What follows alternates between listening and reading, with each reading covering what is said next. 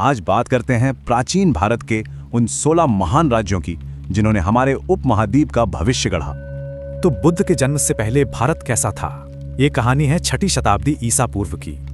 उस वक्त हमारा उपमहाद्वीप एकजुट नहीं था, बल्कि 16 शक्तिशाली राज्यों में बटा हुआ था। और यहीं से एक नए युग की शुरुआत हुई, जिसे कहते हैं महाजनपदों का युग। महाजनपद यानी महान राज्य, इनका जिक्र हमें पुराने बौद्ध और जैन ग्रंथों में भी मिलता है। पर सवाल यह है कि छोटे छोटे कबीलों से इतने बड़े राज्य बने कैसे? इसकी एक बड़ी वजह थी लोहा।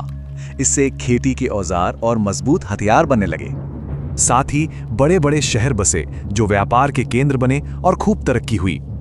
ये विचारों की क्रांति का भी दौर था। बौद्ध और जैन धर्म का उदय भी इसी समय हुआ। इन्हीं बदलावों ने मिलकर जन्म दिया उन 16 महान राज्यों यानी महाजनपदों को। पूर्वी भारत में अंग, मगध, काशी जैसे बड़े राज्य थे। इनमें मगध सबसे शक्तिशाली बन रहा था। वहीं मध्य और उत्तरी भारत में कौशल, कुरु और पांचाल जैसे प्रभावशाली राज्य थे। पश्चिम में अवंती का राज था और दक्षिण में सिर्फ एक ही महाजनपद था, अश्मक। और उत्तर पश्चिम में थे गांधार और कंबोज, जो व्यापार और संस्कृति के बड़े केंद्र थे।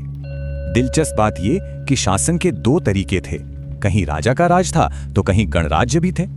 पर इन 16 में से एक महाशक्ति उभर रही थी और वो था मगध। मगध आज का बिहार उस दौर का सबसे शक्तिशाली महाजनपद बनने की राह पर था।